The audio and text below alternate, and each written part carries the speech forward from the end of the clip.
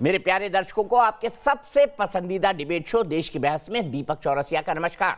कन्याकुमारी से क्षीर भवानी तक, कोटेश्वर से कामाख्या तक और लक्षद्वीप से लेह तक जो सबसे बड़ा मुद्दा होता है उसमें हम आपकी राय जानकर चुनते हैं देश की बहस का विषय। बहस की दशा और दिशा भी आपके माध्यम से तय होती है। साथ ही शो में आप और हमारे एक्सपर्ट पैनल मंच को साझा करते हैं और देश में हो रही सबसे बड़ी हलचल पर बेबाकी से अपनी बात रखते हैं। तो आइए शुरू करें देश की बहस माननीय जनता और मेहमानों के साथ। आज आपने देश की बहस का जो मुद्दा तय किया है वो है किसान केंद्र के बीच अब तक क्यों नहीं बनी बात। इसे 80% लोगों ने वोट देकर देश की बहस का मुद्दा बनाना चाहा है। किसान आंदोलन के आज 19 दिन हो गए, मगर समाधान का रास्ता कैसे निकलेगा ये सवाल जस का तस है। आंदोलन के बीच 10 किसान संगठनों ने नए कृषि कानून का समर्थन किया है। आज कृषि मंत्री से उत्तर प्रदेश, केरल, तमिलनाडु, तेलंगाना, बिहार और हरियाणा जैसे राज्यों से किसान संगठन के प्रतिनिधि मिलने पहुंचे। कृषि मंत्री ने कहा कि सरकार ने अपना प्रस्ताव आंदोलन कर रहे किसानों को भी भेज दिया है। अब किसान संगठनों के जवाब का इंतजार है। उधर कोरोना काल में आंदोलन से देश को बड़े आर्थिक झटके का सामना करना पड़ रहा है और इसका सीधा असर आम आदमी पर पड़ना तय है। Confederation of all India traders के मुताबिक फल और सब्जी की सप्लाई पर असर पड़ने लगा है। 60,000 ट्रक की आवाजाही रोजाना दिल्ली से होती है, जो अब कम होकर मात्र 15,000 ट्रक तक आ चुकी है। ऐसे में सवाल यही है कि कोरोना काल के आर्थिक संकट के बाद किसान आंदोलन से हो रहे आर्थिक नुकसान की भरपाई देश कैसे कर पाएगा। 19 दिन बीत गए। अन्नदाता और सरकार के बीच कई दौर की बातचीत के बाद भी हल नहीं निकल सका है। हालांकि केंद्र सरकार लगातार इस बात का प्रयास कर रही है कि किसानों को समझा बुझा सकें, क्योंकि सरकार कृषि कानून को किसान हितैषी मानती है। ये कानून किसानों के जीवन स्तर में बदलाव लाने के लिए आए हैं। इन कानूनों के पीछे भारत सरकार की नीति और नीयत दोनों सही है। किसानों ने उपवास कर सरकार से एक बार फिर तीनों कानूनों के खिलाफ अपनी मंशा जाहिर की, लेकिन दूसरी ओर कुछ किसान संगठनों ने सरकार से इन कानूनों को वापस न लेने की अपील भी कर डाली। इस बिल से किसी को नुकसान नहीं है और इससे फायदा सिर्फ 5% किसानों को है। इस बीच भारतीय किसान यूनियन के नेताओं में भी टकराव होता दिखा और जुबानी जंग भी। जिसको बैठना है, करना है। बहुत लोग ऐसे हैं कि नहीं बैठे और उनको करना है। राष्ट्रीय अध्यक्ष हैं, 40 साल से किसानों की लड़ाई लड़ी है, जो हमें दिखेगा सो करेंगे। 19 दिन से जारी आंदोलन में टुकड़े टुकड़े गैंग, खालिस्तान के नारे और राजनीतिक रोटियां सेकने का मौका भी भुनाया गया। लेकिन आंदोलन का नुकसान छोटे बड़े व्यापारियों समेत देश के अर्थव्यवस्था पर भी पड़ रहा है। एक रिपोर्ट के मुताबिक 12 तारीख को हरियाणा में 23 टोल बंद रहे। इससे करीब 3 करोड़ 44 लाख रुपए का नुकसान हुआ, जबकि पंजाब में 1 अक्टूबर से ही टोल नहीं वसूला जा रहा है और NHI को प्रतिदिन 3 करोड़ का नुकसान झेलना पड़ रहा है। Chambers of trade in industry के मुताबिक 300 करोड़ के कारोबार का नुकसान अब तक हो चुका है, क्योंकि ट्रांसपोर्टर माल नहीं ले रहे। जबकि 24 सितंबर से पंजाब में 55 दिनों के अंदर भारतीय रेलवे को 2220 करोड़ रुपए का नुकसान उठाना पड़ा है। ये नुकसान आगे भी बढ़ेगा। CIA की एक रिपोर्ट के मुताबिक एक दिन भारत बंद से देश की इकोनॉमी को कम से कम 25,000 करोड़ का नुकसान होता है। देश की बहस में चर्चा है कि कृषि कानून के खिलाफ आज देश भर के किसान भूख हड़ताल पर रहे। सरकार की बैठकों पर बैठक होती रही, किसान भी टस से मस नहीं हुए और जुबानी जंग की राजनीति भी खूब चली। लेकिन सवाल यह है कि आगे क्या, कब होंगे अन्नदाता शांत और कैसे बनेगी बात। बीजेपी नेता और सांसद अनिल जैन ने किसान आंदोलन पर बड़ी बात कही है। उन्होंने कहा है कि जिद करने से बात नहीं बनेगी। सरकार किसी भी ग्रुप, किसी भी वर्ग की संवेदनाओं के साथ खड़ी है, इसीलिए सरकार बार बार वार्ता के लिए आमंत्रित कर रही है। अगर कुछ शंकाएं हैं तो उनका समाधान किया जा सकता है। शंकाओं, रूल्स बनते हैं बिल्स के बाद, उनमें समाधान हो सकता है, संशोधन से समाधान हो सकता है। लेकिन आप इस बात पर अड़ जाइए, जिद कर जाइए कि वापस लो, तो ये ना तो इससे सरकार चलती है, ऐसे ना समाज चलता है, ना समस्या हल होती है। जिद से कोई चीज़ संभलने वाली नहीं है। और जिद का अभिप्राय आप इशू पे नहीं है, आप अपनी जिद पे अड़े हैं, तो इसका जो लोग आरोप लगाते हैं फिर वो लोग सिद्ध हो जाएंगे। मैं नहीं कहता कि इसमें किसान नहीं है, हैं, 98%, 99% किसान इसके साथ नहीं है।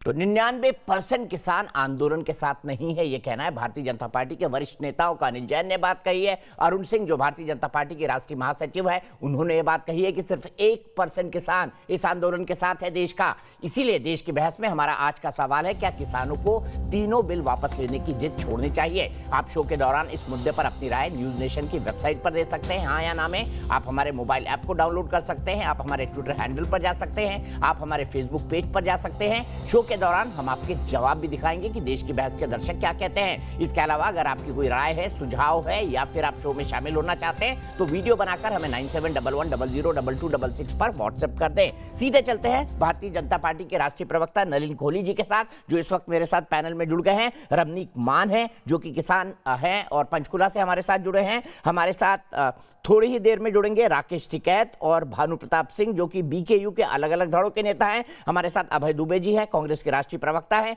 जतिंदर चिन्ना साहब हैं जो कि किसान हैं और सिंधु बॉर्डर से हमारे साथ लाइव इस वक्त जुड़ रहे हैं। मेरे साथ हरवीर सिंह साहब है, एडिटर इन चीफ है हिंद किसान के। सबसे पहले बात की शुरुआत करते हैं चिन्ना साहब से। चिन्ना साहब, अब तो जिद पर अड़े हैं आप। सरकार का यह मानना है, लोगों को भी लग रहा है कि भाई 3 कानून वापस लो। अगर कानून वापस लेंगे तो एमएसपी की बात को लेकर, एपीएमसी को और सॉलिड करने की मांग को लेकर कानून तो फिर लाने पड़ेंगे। तो अमेंडमेंट बीच का रास्ता है जिसके लिए सरकार राजी है। तो मुझे नहीं लगता इस जिद को छोड़ना चाहिए किसान संगठनों को और कल फिर से बातचीत शुरू करनी चाहिए।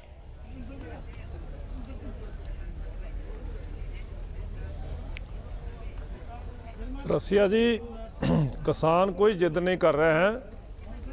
ये कानून अनकॉन्स्टिट्यूशनल हैं। एग्रीकल्चर और एग्रीकल्चर मार्केटिंग का जो मुद्दा है वो स्टेट लिस्ट में आता है देश की कॉन्स्टिट्यूशन में। केंद्र सरकार को इस मुद्दे पे कानून बनाने का कोई हक नहीं है। ये तो फिर तो आपको बात ही नहीं करनी थी ना। अगर सरकार ने गलत किया है तो सुप्रीम कोर्ट आप चले जाते, सुप्रीम कोर्ट इसको सेटिस्फाइड कर देता। फिर तो बातचीत ही नहीं करनी चाहिए थी ना अगर सरकार ने गलत काम किया है। नहीं, देखिए, सुप्रीम कोर्ट जो देश के लोग हैं वो सुप्रीम कोर्ट, पार्लियामेंट और सबसे ऊपर हैं। देश के किसान आज इसके लिए एजिटेशन में हैं। सुप्रीम कोर्ट में हम क्यों नहीं गए वो हम यहाँ नहीं कहना चाहेंगे। जो इसलिए जो अनकॉन्स्टिट्यूशनल बात है, आप भी पढ़े लिखे हैं, आप भी संविधान के ज्ञाता हैं, जो सभी साथी पैनल में हैं सभी जानते हैं कि क्या है देश की जो यूनियन लिस्ट है उसमें क्या, एग्रीकल्चर में क्या है, कंकरेंट लिस्ट में क्या है और स्टेट लिस्ट में क्या है। ये बिल्कुल अनकॉन्स्टिट्यूशनल है। चलिए, आपने बातचीत के एक नए मोर्चे को खोल दिया है। मान साहब, मैं मान साहब के पास चलता हूं। चिन्ना साहब, मैं आपके फिर आऊंगा। आपने अपना पॉइंट पूरा रख दिया, मैंने 1 मिनट तक आपको सुना। मान साहब, क्या अब बात सिर्फ जिद वाली नहीं रह गई? उसके बाद नलिन कोहली और अभय दुबे जी को लाएंगे क्योंकि दोनों किसान नेता अपनी अपनी बात रखते, किसानों से जुड़े हुए प्रतिनिधि। देखिए दीपक जी, 2-3 बातें बड़े वाज़े तौर पे यहाँ पे क्लियर कर देनी चाहिए। पहली चीज़ तो ये कि अगर ये कानून अनकॉन्स्टिट्यूशनल है then they are intangible, they can not stand, hold good in any court of law. तो वो उसकी आवश्यकता नहीं थी, ना तो पंजाब सरकार को कानून वहाँ पे अपना एक अमेंडमेंट लाने की या अपने विधानसभा में लाने की, और ना ही किसी और को किसी की कहीं धरना स्थल पर जाके बैठने की आवश्यकता थी। आप सिंपल अपनी स्टेट के हाईकोर्ट में या सुप्रीम कोर्ट ऑफ इंडिया में एक याचिका डालते और ये उड़ जाते हैं। बहरहाल आपको जितनी मेरी समझ है, मैं अल्पमत का आदमी हूँ बेशक, पर मैं जितने समझता हूँ, देखिए, एक लॉ एंड लेजिस्लेटिव डिपार्टमेंट होता है भारत सरकार के अंदर और यहाँ पे सॉलिसिटर जनरल है और सारे लीगल एडवाइजरी, लॉ मिनिस्ट्री है। ये कोई ऐसे मूर्खता नहीं कर सकती सरकार कि जो उसके अधिकार क्षेत्र से बाहर उस प्रकार का कोई कानून लाने का प्रयास करे और उस कानून के ऊपर अड़ी रहे जब वो इतना उसका विरोध हो रहा हो। मैं ये समझता हूं कि अगर आप भारतीय किसान यूनियन की पिछले समय से आप 2003, 2005, 2008, 2013, 2018 और 2019 का जो इनका मांग पत्र था, अगर आप उसको भी पढ़ेंगे, उसके अंदर निरंतर यही बातें मांगी गई हैं। 1970 के दशक से बहुत लंबा संघर्ष कर रहे हैं भारतीय किसान यूनियन, जिसके अंदर इन्होंने ऑल इंडिया किसान संघर्ष कमेटी भी बनाई। उसके अंदर यही मांगे रखी गई कि हमारे को एक ऑल्टरनेटिव मंडी दी जाए, हमारे को इस मंडी की व्यवस्था से आजादी दी जाए, हमारे को अपने प्रोड्यूस को एक्सपोर्ट तक करने की, ये तो बात प्रदेश से बाहर की बात हो रही है, एक्सपोर्ट तक करने की इजाजत दी जाए। और मैं आपको एक ड्रैकोनियन लॉ, जो एक पहले का एक बड़ा वाहियात सा कानून था, उसके विषय में बताना चाहता हूं दीपक भाई, कि एक समय पे पंजाब का किसान 5 किलो कनक अपने सिर पे बांध के हरियाणा के बॉर्डर में टापता था और उसके ऊपर हरियाणा की सरकार तत्कालीन स्मगलिंग का मुकदमा दर्ज करती थी। ऐसे कानूनों के खिलाफ निरंतर भारतीय किसान यूनियन किसानों के हक के लिए लड़ती रही है। परंतु आज मैं समझता हूं कि जिस चीज के लिए मांग करते रहे, जिस चीज के लिए इतना लंबा संघर्ष किया, और भारतीय किसान यूनियन के टिकैत जी अभी थोड़ी देर में जुड़ेंगे हमारे साथ, टिकैत जी ने भी अपने 4 जून को एक बयान दिया जिसमें उन्होंने इस कानून की सराहना की। आज क्या कारण है ऐसे कि हम इतना लंबा, 19 दिन हो गए, हम दिल्ली के ऊपर सीज लगा के बैठे हैं, घेरेबंदी करके बैठे हैं। एक तरफ तो हम करते हैं कि हमने बात करनी है सरकार से, हम वार्ता करते हैं, हमारे 31 प्रतिनिधि दल जो है किसानों के, वो जाके बात करते हैं, 3145 होते हैं, 1.5 गुना लोगों के साथ किसान बैठ के, सरकार बैठ के बात करती है। मांगे बैठते हैं हम तो 37 होती हैं, 37 में से पहले राउंड में 25 मांगे मान ली जाती हैं, 12 रहती हैं, 12 के बाद अब 2 मांगों के ऊपर जीरो इन हो गया है, जितनी मेरी समझ है, मैं गलत हो सकता हूं, कि एक एमएसपी को गारंटेड कानून बनाया जाए और दूसरा इन कानूनों को खत्म किया जाए। अब दोनों में से एक चीज तो निश्चित रूप से दीपक भाई हो सकती है, या तो ये तीनों कानून काले कानून थे तो इनका वापस लेने की बात की गई, या इनके अंदर संशोधनों की बात करी गई, या ये कानून अनकॉन्स्टिट्यूशनल थे। अब सारी चीजें तो एक साथ नहीं हो सकती ना, बिल्कुल सही। It can not be practically possible कि ये गलत भी है, अनकॉन्स्टिट्यूशनल भी है, इनको मानते नहीं भी है, और इसके ऊपर हमने चर्चा भी करनी है। हम कई चीजों को मान भी गए और हम अब एमएसपी को गारंटेड कानून बनाते हैं, की मांग करते हैं, जो ना तो 2019 से लेके पीछे के कभी किसी मांग पत्र में थी और ना वो इनके अभी तक के एजुटेशन में थी। देखिए, जब मैं ये कहता हूं साहब, जब मेला लगता है ना, तो मेले में जेब कतरे जरूर आते हैं और जेब कतरों से बच के रहना चाहिए। और मैं आपके चैनल के माध्यम से अपने सभी किसान भाइयों को दीन बंधु छोटू राम जी की, रहबर आजम की एक बात मैं उनके स्मरण कराना चाहता हूं। उन्होंने कहा था कि मेरे भोले किसान मेरी 2 बातें मान, पहला बोलना सीख और दूसरा दुश्मन पहचान। तो जो दुश्मन इनके बीच में आके और हमारे को मिसगाइड कर रहे हैं, जो सरकार से सीधी बात हो रही है किसान की, जट जमींदार गल कर रहा है, इनकी क्या जरूरत है? हमारे को किसी की जरूरत नहीं है।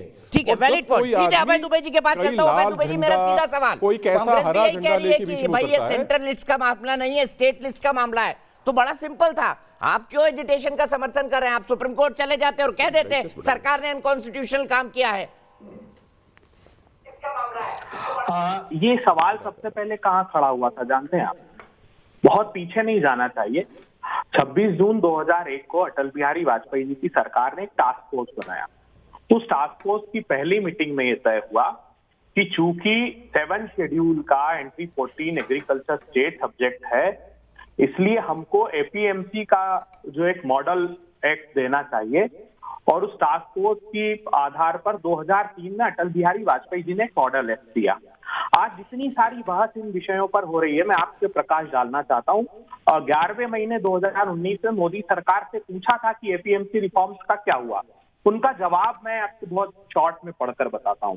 उन्होंने कहा कि कम से कम 25 से 15 राज्य तक प्राइवेट मार्केट को अडॉप्ट कर चुके हैं, डायरेक्ट मार्केटिंग को, direct sale producer to consumer, मतलब किसान सीधा उपभोक्ता को बेच सकता है। कॉन्ट्रैक्ट फार्मिंग के लिए एक अलग से चैप्टर था उसमें, ई ट्रेडिंग के लिए था यूनिफाइड सिंगल लाइसेंस। मतलब जितनी इस कानूनों में बात है वो सारी थी और वो इम्प्लीमेंटेड है। ये ऐसा नहीं है ये बात जो मोदी, तो फिर आप विरोध क्यों कर रहे हैं भाई जी? फिर तो विरोध का कोई ग्राउंड बनता ही नहीं है। जब सब कुछ इम्प्लीमेंटेड है, अच्छा चल रहा है, तो विरोध का कोई ग्राउंड तो बनता ही नहीं है। आपके लिए फिर विरोध का ग्राउंड कहां बनता है? बहुत वाजिब सवाल आपने किया। तो फिर आखिर मोदी सरकार को क्या जरूरत पड़ी ये कानून लाने की, मैं बताता हूं। इन्होंने क्या किया है, मोडस ऑपरेंडी आप देखिए। आप अगर उठाकर पढ़ेंगे नरेंद्र मोदी जी को की सरकार के आचरण को, तो 6223% इन्होंने फूड ग्रेन्स का इंपोर्ट बढ़ा लिया विदेशों से। कब?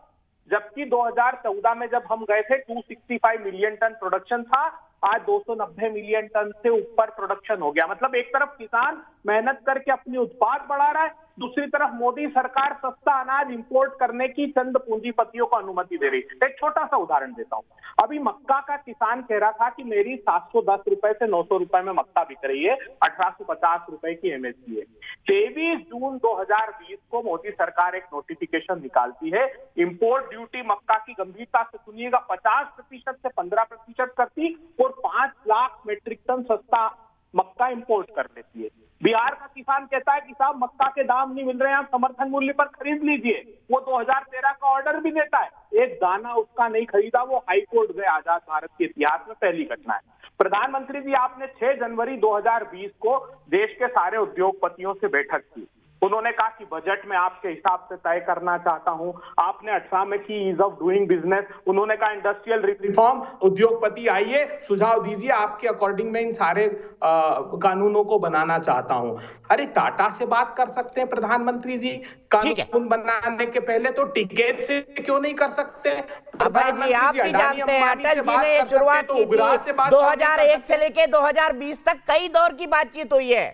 2001 का उदाहरण आपने ही दिया है। 2001 से 2020 तक कई दौर की। मैं फिर आऊंगा, आप बहुत लंबा बोले। अभी नलिन कोहली जी जवाब दीजिए, बताइए अगर ये सब कुछ इंप्लीमेंटेड है तो क्या कोई ग्राउंड बनता है? और क्या 2014 से पहले जो अडानी और अंबानी को देश को देने की बात हो रही है, 2014 से पहले क्या अडानी और अंबानी चांदनी चौक में खोमचे लगाते थे गोलगप्पे के?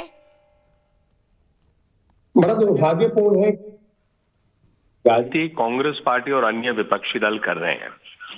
आपको याद होगा और आपके चैनल ने भी शायद दिखाया होगा कि बीच में शरद पवार जी ने चिट्ठियां लिखी, इसको फॉलो किया जब वो देश के कृषि मंत्री थे।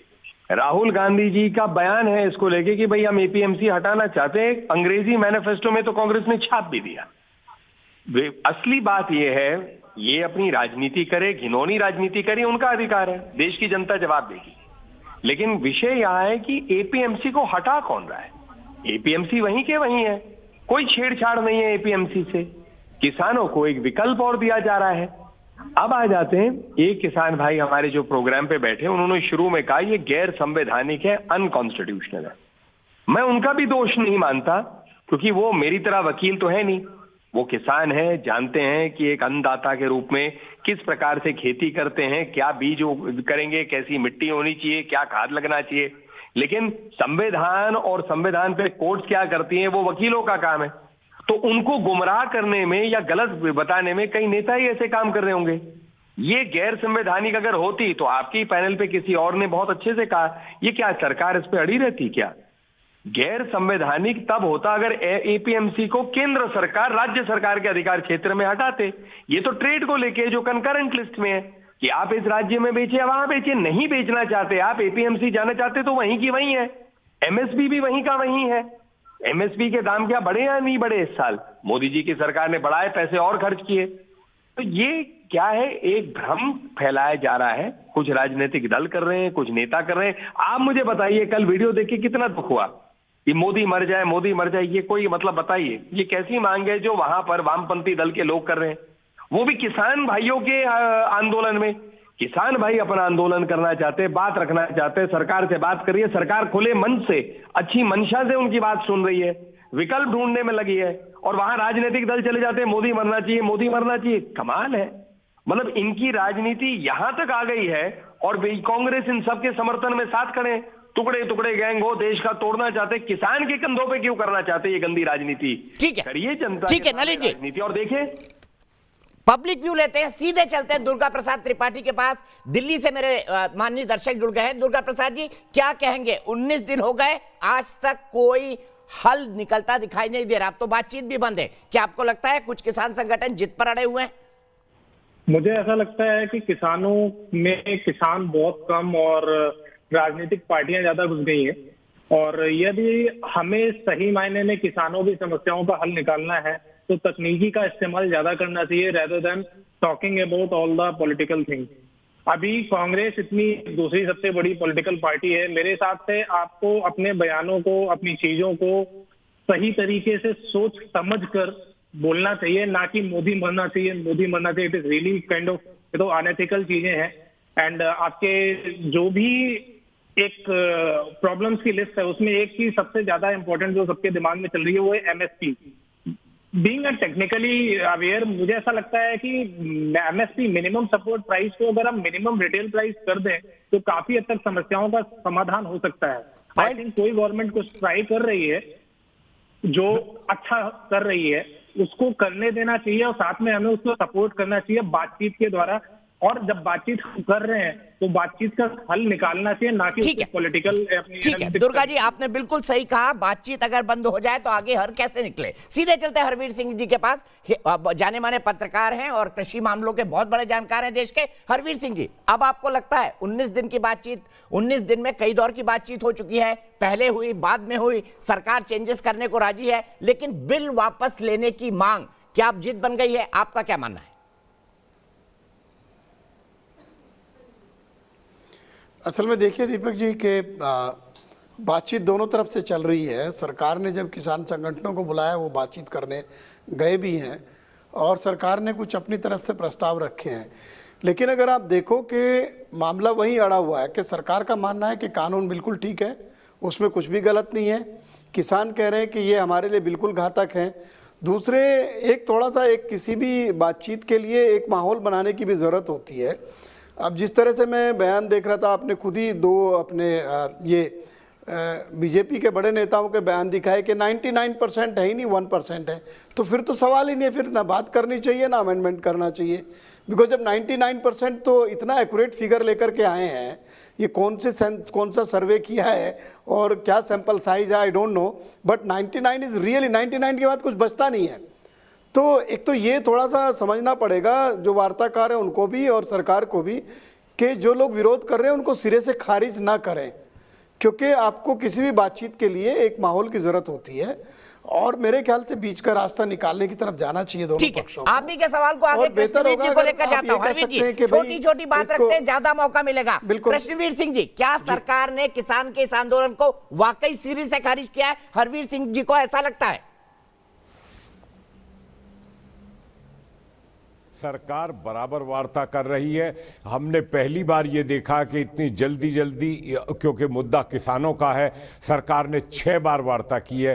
कितने घंटे अगर हरवीर जी देख रहे हैं, खुद ही देख रहे हैं ये भी कि कितनी बार चर्चा, एक एक बिंदुवार चर्चा की है। लेकिन समस्या क्या है हरवीर जी जो समझ रहे हैं, बोल नहीं पा रहे हैं, कि जो राजनीतिक दलों के लोग इस आंदोलन को हाईजैक करने के उसमें लगे हुए हैं, वो नहीं चाहते कि किसान और सरकार के बीच में समझौता हो पाए। और वो इस तरीके से बार बार एक ही मुद्दा, हमें 3 कानून वापस चाहिए, 3 कानून वापस करें, 3 कानून, तो फिर करें क्या? अगर 3 कानून वापस करवाना ही चाहते हो तो मेरा एक सवाल है अपने मित्रों से, अपने भाइयों से, कि 92% लोग जिनको एमएसपी का लाभ आज तक नहीं मिला वो कहां जाके मरे, क्या करें? बाजार मत खोलो। महाराष्ट्र ने कॉन्ट्रैक्ट फार्मिंग नहीं करी क्या? पंजाब ने नहीं करी क्या? हरियाणा में नहीं हो रही क्या? देश के 15 प्रदेशों में कानूनी जामा पहनाकर और कॉन्ट्रैक्ट फार्मिंग आ रही है। ये कॉन्ट्रैक्ट फार्मिंग तो अपनी मर्जी है, जबरदस्ती नहीं है। और जहां तक कॉन्करेंट लिस्ट की बात जो है, ये तो सच्चाई है। लेकिन आप एक बात बताओ, क्या मंडी खत्म कर दी? क्या एमएसपी खत्म कर दी? 2.5 गुना खरीद मोदी सरकार के टाइम में कांग्रेस के मुकाबले पे हुई है। दालों की खरीद 70 गुना हुई है। उस बात को चर्चा करो। और ये क्यों नहीं कहते कि उदारीकरण की नीतियों पे जब से चले 10 साल तक यूपीए, अरे भैया मनमोहन सिंह जी तो फूड कूपन लाने की बात कर रही थी सरकार, जिसमें पूरा एमएसपी खत्म, खरीदी खत्म, सब कुछ खत्म कर रहे थे। क्यों बेकार इन सब बहस में नहीं पड़ते? 2013 में जब सब्सिडी सरेंडर वहां हो रही थी, मुश्किल से एक मिनट, बहुत सीरियस मामला, लड़ झगड़ के आए, 3 साल का पीस क्लॉज मिला। आप ये बताइए, जब 2014 में मोदी ने मना कर दिया कि हम नहीं करेंगे सिग्नेचर को, और अगर वो सिग्नेचर हो जाते जैसा कांग्रेस ने 2013 में मिनिस्ट्रियल मीटिंग में पीस क्लॉज में, तो आज हम कहां होते? कहां एमएसपी होता? कहां खरीद होती? ना खरीद होती, ना एमएसपी होती, ना सब्सिडी होता। और ये सब खेल खत्म हो गया था। ये तो शुक्र करिए कि किसी तरह ईश्वर ने हिंदुस्तान के किसानों के अधिकारों को बचाया। विकसित राष्ट्र अपने उसको सब्सिडी को ट्विस्ट कर रहे हैं इधर से उधर। ठीक है, मैं छिन्ना साहब के पास चलता हूं। छिन्ना साहब, सीधा सवाल उन्होंने पूछा है, सीधा सवाल उन्होंने पूछा है। छिन्ना साहब, 92% किसानों को एमएसपी नहीं मिलता, क्या इन 3 कानून वापस लेने से जो बाजार की ओपनिंग अप होती है, आप उनके हकों को नहीं मार रहे? 92% किसानों के हकों को, क्योंकि अगर बाजार खुलता है तो फायदा उन 92% किसानों को, 6% को नहीं, जो एमएसपी के लिए जिद पड़ा है। विकल्प चौरासिया जी, वो जो 99% किसानों को JMSP नहीं मिल रहा, उनकी हालत तो देखिए। यूपी और बिहार का किसान जो है, उसका गेहूं और उसका जो धान है वो 1100 रुपये और 900 रुपये क्विंटल बिक रहा है। वो पंजाब में जा कर के एक किसान जो है वो दिहाड़ी करने को मजबूर है। क्या आप चाहते हैं कि पंजाब का किसान भी जो है उसको भी दिहाड़ी करनी डाली जाए? ये आपका मंशा है? बिल्कुल नहीं सर, सेकंड बिल्कुल मैं नहीं। जहां जो वकील साहब हैं उनसे पूछना चाहता हूं। नहीं यही है, आप मेरी बात सुनिए। वो बोलते हैं भी ये अनकॉन्स्टिट्यूशनल नहीं है। ट्रेड एंड कॉमर्स में सरकार ने जो है कानून बनाया है, ट्रेड और कॉमर्स तो बाद में आएगा। जो कॉन्ट्रैक्ट फार्मिंग का बनाया है वो ट्रेड एंड कॉमर्स है। उनसे पूछिए, कॉन्ट्रैक्ट फार्मिंग जो है ट्रेड एंड कॉमर्स है। जो प्राइस फिक्सेशन है, इसमें कंपनी और किसान के बीच जो एग्रीमेंट होना है वो ट्रेड एंड कॉमर्स है। ट्रेड एंड कॉमर्स तो तब होगा जब दाना मंडी में आकर बिक जाएगा, तब ट्रेड एंड कॉमर्स शुरू होगा। ये जो है ये बिल्कुल जो है अनकॉन्स्टिट्यूशनल है। एग्रीकल्चर और एग्रीकल्चर मार्केटिंग स्टेट का इशू है। ठीक है। और जहीं पर जो 99% लोगों को देश में MSP नहीं मिल रहा, उनका हालात देखिए। ये सारे का सारा कानून कारपोरेट्स को देश की ज़मीनों पर कब्जा करने के लिए बनाया गया है। सुनिए मेरी एक बात, जो इनका कॉन्ट्रैक्ट है उसमें है भी किसान जो ज़मीन कॉन्ट्रैक्ट पे कंपनी को देगा और कंपनी जो है उस पे रेंट लेने का अधिकार रखती है, उस पे लोन लेने का अधिकार रखती है। बोलिए नहीं सर, गलत है सर ये कहीं क्लॉज नहीं है सर, ये माफ करिए छिन्ना जी, गलत है। ये कहीं क्लॉज नहीं है। जमीन का कॉन्ट्रैक्ट नहीं हो रहा है, कॉन्ट्रैक्ट फसल का हो रहा है।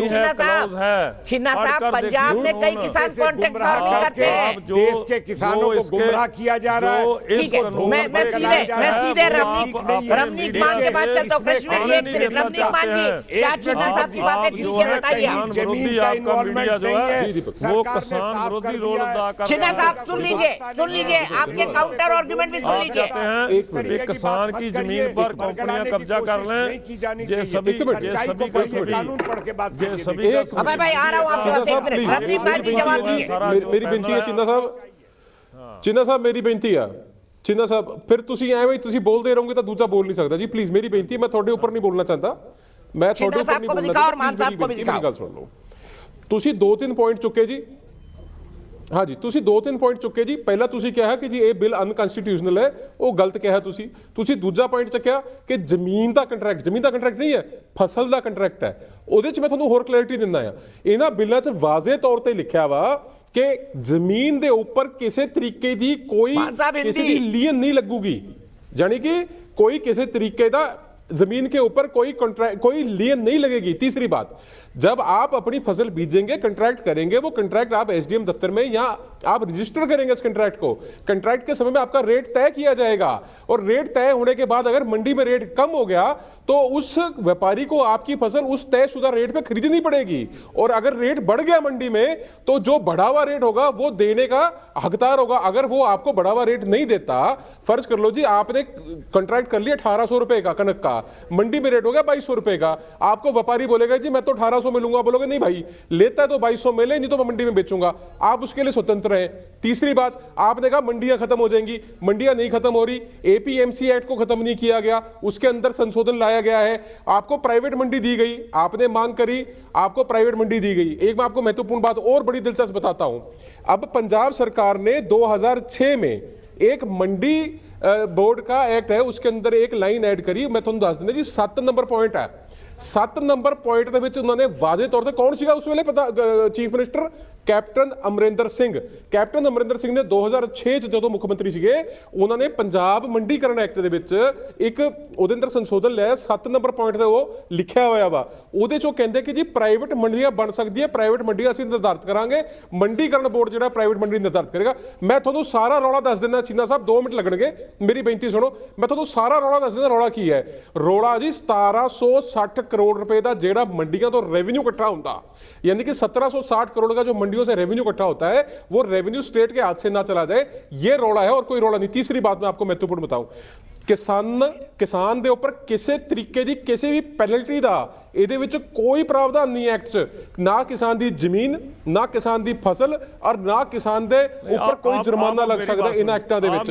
ਇਸ ਤੋਂ ਵਧੀਆ ਕੁਝ ਹੋ ਹੀ ਨਹੀਂ ਸਕਦਾ ਕਿਸਾਨਾਂ ਲਈ। ਵੀਰ ਮੈਂ ਆਪ ਕਿਸਾਨ ਹਾਂ ਔਰ ਇਹ ਬਹੁਤ ਮੈਂ ਕਹਿੰਦਾ ਦੁਰਭਾਗ ਹੋਊਗਾ ਇਸ ਦੇਸ਼ ਦੇ ਇਸ ਮੁਲਕ ਦੇ ਕਿਸਾਨਾਂ ਦਾ ਜੇ ਇਹ ਐਕਟ ਵਾਪਸ ਲਿੱਤੇ ਜਾਂਦੇ। ਮੈਨੂੰ ਲੱਗਦਾ ਨਹੀਂ ਮੈਨੂੰ ਸਰਕਾਰ ਐਕਟ ਵਾਪਸ ਲਊਗੀ, ਪਰ ਇਹ ਜੇ ਐਕਟ ਸਰਕਾਰ ਵਾਪਸ ਲੈਂਦੀ ਆ ਇਸ ਤੋਂ ਦੁਰਭਾਗ ਕੋਈ ਹੋ ਨਹੀਂ ਸਕਦਾ। ਕਾਰਨ ਕੀ ਆ ਉਹਦਾ ਕਿ ਯਾਰ ਦਾਦਾ ਟਕੈਤ ਜਿਹੜੇ ਨੇ ਉਹ ਉਦੋਂ ਦੇ ਸੰਘਰਸ਼ ਕਰ ਰਹੇ ਨੇ 70 ਦੇ ਦਹਾੜਿਆਂ ਤੋਂ ਕਿ ਜੀ ਸਾਨੂੰ ਆਹੀ ਚੀਜ਼ਾਂ ਮਿਲਣ ਜਿਹੜੀਆਂ ਮੰਗ ਰਹੇ ਆ। ਇਹ ਜਦੋਂ ਮੰਗ ਪੂਰੀ ਹੋ ਗਈ दीपक जी मैं हैरान हूँ, मेरे भाई कैसे है। देखिए वो सर छोटू राम की बात है कि मेरे भोले किसान पहले बोलना सीख और अपना दुश्मन पहचान। मैं कहना जी पढ़ना भी सीख लो, समझ भी लो, थोड़ा जो उससे जोड़ लेने हैं।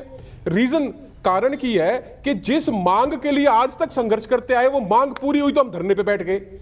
अब उस मांग के अंदर और संशोधन कराए तो हमने अपना धरना और व्यापक कर दिया कि हम अब दिल्ली जयपुर हाईवे भी बंद करेंगे। मतलब बात समझ में नहीं आती मैंने कि पापा कर की रहे हैं।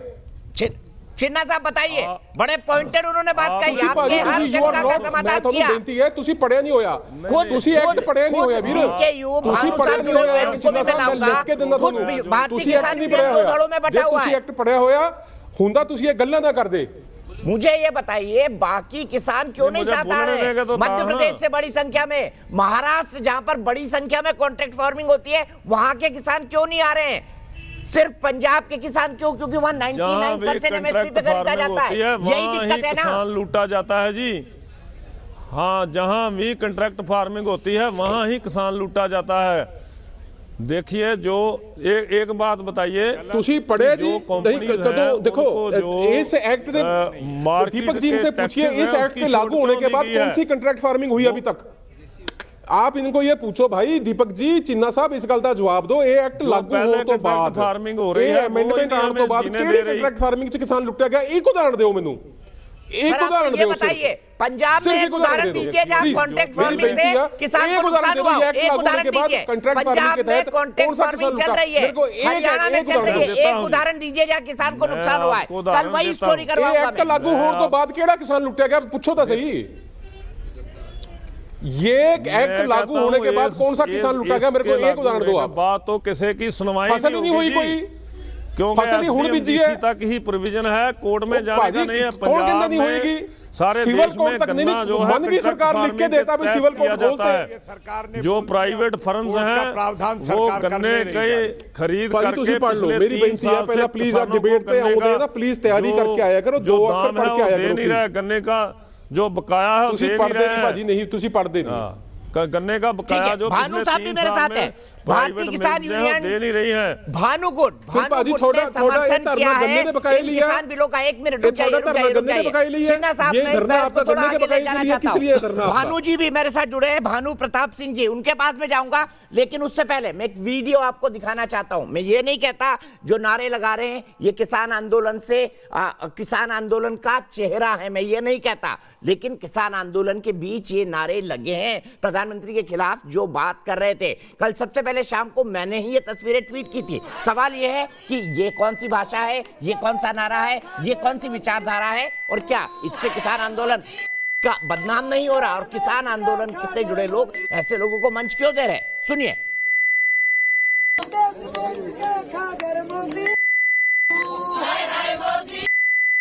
किसानों ने धोखा दे गए मोदी, किसानों ने धोखा दे गए मोदी। ठीक है, सवाल यहां पर यह है, हमने बीप किया किसी के भी भारतीय परंपरा, संस्कृति और सभ्यता में किसी दुश्मन के मरने की भी दुआ नहीं की जाती, लेकिन यहां पर हो रहा है और वो भी तस्वीरें किसान आंदोलन की हैं। आप सुन रहे हैं उसको। अब सवाल यहां पर यह है, अभय दुबे जी, ऐसे एलिमेंट आएंगे और सरकार फिर कहेगी टुकड़े टुकड़े गैंग, या ये कहेगी उग्र वामपंथ, क्योंकि इसमें लाल झंडे दिखाई दे रहे हैं। सरकार ये कहेगी कि भाई देखिए महात्मा गांधी की मूर्ति को वैंडलाइज किया गया किसान आंदोलन के नाम पर वॉशिंगटन डीसी के अंदर, वहां पर खालिस्तानी लोग घुसाए और वो किसानों का सो कॉल्ड अपने आप को सपोर्टर बताते हैं। सवाल तो उठेंगे। मैं नहीं कह रहा कि 100% ही किसान है, मैं नहीं कह रहा ये किसान आंदोलन का चेहरा है, बट ये एलिमेंट भी किसान आंदोलन में है। अभय दुबे जी, फिर नलिन कोहली। दीपक जी देखिए, खेतों के हितों में, मेहनत मजदूरी में, किसानों की फसलों के दाम में कहीं भारतीय जनता पार्टी को किसान नहीं देता। दिखाई दे रहा है उनको खालिस्तान में, किसान दिखाई दे रहा है पाकिस्तान में, किसान दिखाई दे रहा है गुमराह गैंग में। अरे हाथ जोड़कर प्रार्थना है प्रधानमंत्री जी, नियोजित रूप से इतना किसान को बदनाम मत कराइए। मैं 3-4 सवाल खड़े करना चाहता हूं। ये मेरे कौन किसान साथी बनकर सरदार जी बैठे मैं नहीं जानता। मैं 3-4 उदाहरण देता हूं। एक तो प्रधानमंत्री जी ने अभी मन की बात में कहा था कि इस कानून का लाभ मिलने लगा। देखो महाराष्ट्र में एसडीएम ने फैसला कर दिया। अरे मेरे दोस्त, क्या रिट्रोस्पेक्टिव इफेक्ट से वो लागू हो गया? तुम जो कह रहे हो कि एक उदाहरण बता दो। सर, अभी मैं बताता हूँ मध्य प्रदेश के होशंगाबाद में हुआ ना भाई दुबे जी। हाँ, पहला फैसला तो मध्य प्रदेश के होशंगाबाद में हुआ। क्या हुआ? वो अखबार के फ्रंट की न्यूज है, दैनिक भास्कर की। एसडीएम ने भगा दिया उसको, उस किसान को। मैं दिखवाता हूँ अभी, असली न्यूज निकलवाई है, वो स्टोरी करवाई है हमने होशंगाबाद की, क्लेम सेटलमेंट वाली निकलवाई है वो स्टोरी। अभय जी अभी दिखा देते हैं, दूध का दूध पानी का पानी हो जाएगा। प्लीज मैं भी दैनिक भास्कर की वो कटिंग लेकर बैठा, मैं भी दिखा दूंगा, सुनिए ना। उसके बाद जब छपा तो एसडीएम ने। अब मैं दूसरी बात खड़ी करना चाहता हूँ यहाँ। देखिए क्या कर रहे हैं, मोडस ऑपरेंडी समझ लीजिए इस कानून से क्या नुकसान होने वाला है। नुकसान ये हो रहा है, बिहार का उदाहरण देता हूं मैं आपको। बिहार में 61 लाख मेट्रिक टन गेहूं का उत्पादन होता है। इतना खरीदा, वहां पर एपीएमसी एक्ट नहीं है, एबॉलिश कर दिया उन्होंने। और नाबार्ड ने 2015-16 में रिपोर्ट दी कि हिंदुस्तान में सबसे बदतर हालत में बिहार का किसान है। वहां पर 5000 मेट्रिक टन, सिर्फ 0.08% नीतीश बाबू ने गेहूं का प्रिक्योरमेंट किया बिहार में। मक्का का किसान तो हाई कोर्ट में गया। मेरा कहना है कि पंजाब एक ऐसा राज्य है जिसने इस कोविड के क्राइसिस में 127 लाख टन धान एमएसपी पर किसानों ने दिया, तो 25 लाख टन गेहूं दिया, उससे आपूर्ति हुई। पंजाब एक ऐसा राज्य है दीपक जी जहां 6%, गौर करिए, 6% कुल हिंदुस्तान की कृषि भूमि का पंजाब में है और वो 11% पैदावार करता है। मध्य प्रदेश 11% है, वो 11.6%। इसलिए पंजाब, सुनिए ना, अब आप तरबूज और खरबूज की तुलना कर रहे हैं। सर पंजाब की सिचुएशन अलग है, सब जानते हैं, सब जानते हैं भाई जी। इसका कोई एक्सप्लेनेशन, इसको कैसे कंपेयर कर सकते हैं आप कि पंजाब को, Punjab land is blessed for कृषि। भाखड़ा नांगल है वहां पर, इतनी सारी नदियां हैं वहां पर, सिंचाई की सुविधा है वहां पर, और प्रॉस्परस खेती वहां ऐतिहासिक काल से होती आई है। उसको आप बिहार से कंपेयर तो नहीं कर सकते ना भाई जी। सुनिए ना, 6% जो शांता कुमार कमेटी ने कहा है, क्योंकि सरकार एमएसपी पर खरीदती क्यों है? क्योंकि उसको एक तो कंटेंजेंसी के लिए, आपात स्थिति के लिए रखना होता है, और पीडीएस के लिए, जो हमने 86 करोड़ लोगों को भोजन का अधिकार दिया उसके लिए, तो वो भी सिर्फ 6 से 8% होता है।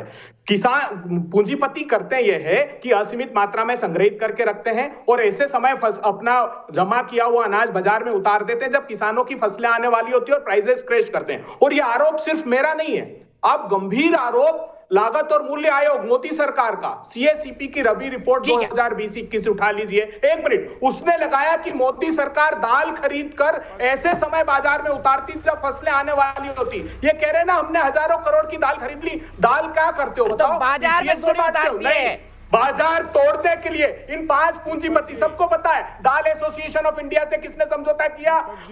उन पोर्ट्स पर। नलिन जी जवाब दीजिए, अभी जी बहुत लंबा हो गया। नलिन जी जवाब दीजिए, फिर मेरे साथ मास्टर शिवराज भी जुड़ गए हैं और कई सारे खास मेहमान भानु प्रताप सिंह जी भी है। नलिन जी जवाब दीजिए, भानु और मास्टर शिवराज आएंगे छिन्ना जी के साथ डिबेट में।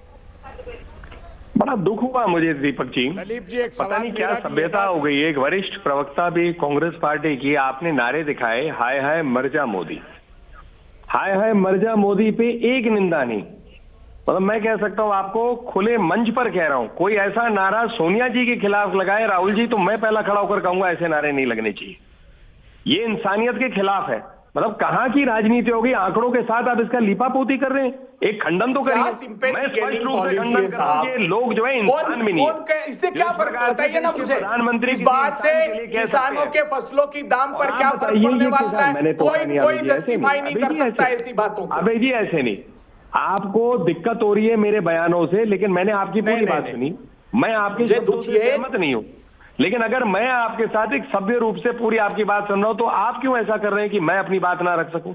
नहीं, आप रखिए। मैं व्यथित इस बात से हूं कि अप्रासंगिक विषयों पर बात सीधा बोल रहा हूं। मेरा दिल टूटता है जब हमारे देश में ये सभ्यता दिखती है कि राजनीतिक दल अपनी राजनीति के लिए किसी इंसान की मृत्यु की मांग कर रहे हैं। किसने कहा? कौन कांग्रेस ने नारा लगा दिया बताइए? आप रोज बैठते वामपंथी दलों के साथ, क्या उनको कह नहीं सकते थे ये आपत्तिजनक है, इसका खंडन नहीं कर सकते? अरे आप नहीं कर सकते, भर्त्सना नहीं कर सकते, लेकिन आप जो है नहीं मैं पंजाब की बात करूंगा, इन आंकड़ों की बात करूंगा। इन आंकड़ों के बाद इंसानियत से ऊपर हो सकती है? अरे किसान भाइयों की कोई दिक्कत है वो रखेंगे, आप अपनी राजनीति करिए, एक राजनीतिक दल है, लेकिन एक राजनीति करने के लिए इस हद तक चले जाएंगे कि किसी की मृत्यु का खंडन भी नहीं करेंगे। आप कोई मृत्यु मांग कर रहा है, वे तो सुना ही नहीं साहब, दीपक जी ने सुना ही नहीं। वो आपने कह दिया कि मृत्यु की मांग कर रहे हैं। राजनीति के लिए दीपक जी ने तो शिष्टता रखी। मैंने 2 बार ये बोला। देखिए सर, ऐसी कोई मूर्ख व्यक्ति ये नारा लगा रहा है तो मैं उसको नेशनल टेलीविजन पर नहीं सुना सकता, लेकिन ये एक एस्पेक्ट बहस का है, इसको पॉइंट आउट करना मेरा फर्ज है। और मैं ये नहीं कह रहा कि ये किसान आंदोलन के चेहरे हैं, मैं ये कह रहा हूं ये किसान आंदोलन के वो एलिमेंट है जिससे किसानों को सावधान रहना चाहिए। यतेंद्र कसाना नोएडा से मेरे सम्मानित दर्शक मेरे साथ जुड़ गए हैं। कसाना जी क्या कहेंगे इन नारों पर? देखिए, नारे कोई इस तरह के लगा रहे हैं तो गलत है, लेकिन हम ये नहीं कह सकते, क्योंकि देश में पहले भी नारे लगे, गाय बछड़ा, जर्सी गाय, विदेशी गाय, तो तब भी भर्त्सना होनी चाहिए थी। नलिन जी को उसकी भी भर्त्सना करनी चाहिए थी। हम किसान हैं, किसान की तरफ से हम सिर्फ ये कहना चाहते हैं कि किसान के मन में एक डर है, और जो कृषि बीमा पहले फेल हुआ देश में, उसको देखते हुए ऐसा लग रहा है कि ये तीनों कानून भी कहीं फेल ना हो जाए, इसलिए किसान इसको बार बार वापस करने की मांग कर रहा है। ठीक है कसाना जी, सीधे आपके सवाल को मास्टर शिवराज के पास भानु जी के पास ले चलता हूं, फिर मास्टर शिवराज जी के पास ले चलूंगा। भानु जी, आप भारतीय किसान यूनियन भानु गुट के नेता हैं, आप उसके सर्वा हैं। आप क्या कसाना जी की बात से सहमत हैं? और आपने इस कानून का समर्थन क्यों किया? क्योंकि यहां तो कह रहे हैं किसानी बर्बाद हो जाएगी, किसान बर्बाद होगा, ये होगा तो ये हो जाएगा, ये होगा तो जमीन छिन जाएगी, ये होगा तो होर्डिंग हो जाएगी, ये होगा तो। अरे सर, अब तो इंटरनेट पे बिग बास्केट से लहसुन भी मंगा सकते हैं, प्याज भी मंगवा सकते हैं, चीनी भी मंगवा सकते हैं, दाल भी मंगा सकते हैं। जब अमेरिका से सीधे सामान आपके पास आ रहा है तो आप क्यों मंडियों तक सीमित रहना चाहते हैं? बताइए भानु जी, क्या ये लॉजिकल है? ऐसा है, देश के किसानों के लिए 72 साल बाद ये जो हमने तय किया है वो होना चाहिए, तब किसान बच पाएगा। यदि आपको थोड़ा सा 2 मिनट का समय आप दें तो आपको बता सकता हूं। सर एक एग्जांपल दें, 1 मिनट ले पूरी बात कहें। प्रधानमंत्री को बनाया है, देश के प्रधानमंत्री जी से हम चाहते हैं कि वो किसान आयोग का गठन कर दें। किसान आयोग में सभी किसान रहेंगे, राजनेता एक भी नहीं। और किसान आयोग फसलों के दाम यानी MSP तैयार करेगा और लोकतांत्रिक प्रणाली से चुनी हुई सरकार हमारी खरीद करेगी, फिर गरीबों को कोटे के माध्यम से बंटवाएगी। बाकी किसान का माल जितना भी खरीद करेगी वो निर्यात करेगी। और 72 साल के किसान विरोधी नीतियों के कारण देश के किसान को जो बर्बाद किया गया है, इसको गुलाम रखा गया है, इसको गरीब बनाया गया है, उस कर्जे को सबको माफ करना पड़ेगा, तब किसान बच पाएगा। ये MSP के पीछे लड़ते रहो या 3 कानूनों के पीछे लड़ते रहो, ये उधर से भाजपा पार्टी समर्थन करती रहे कि और लोग ये चाह रहे हैं, ये वो चाह रहे हैं। जो मैं कह रहा हूं वो होना चाहिए, देश के किसानों को आजाद करना होगा। अभी ये हमारा देश का किसान इन राजनेताओं का गुलाम है, हम अब गुलाम रहना नहीं चाहते। ठीक है, ये है हमारी मांग। मैं सीधे चलता हूं यहां से मास्टर शिवराज के पास। मास्टर साहब, आपको भी यही लगता है?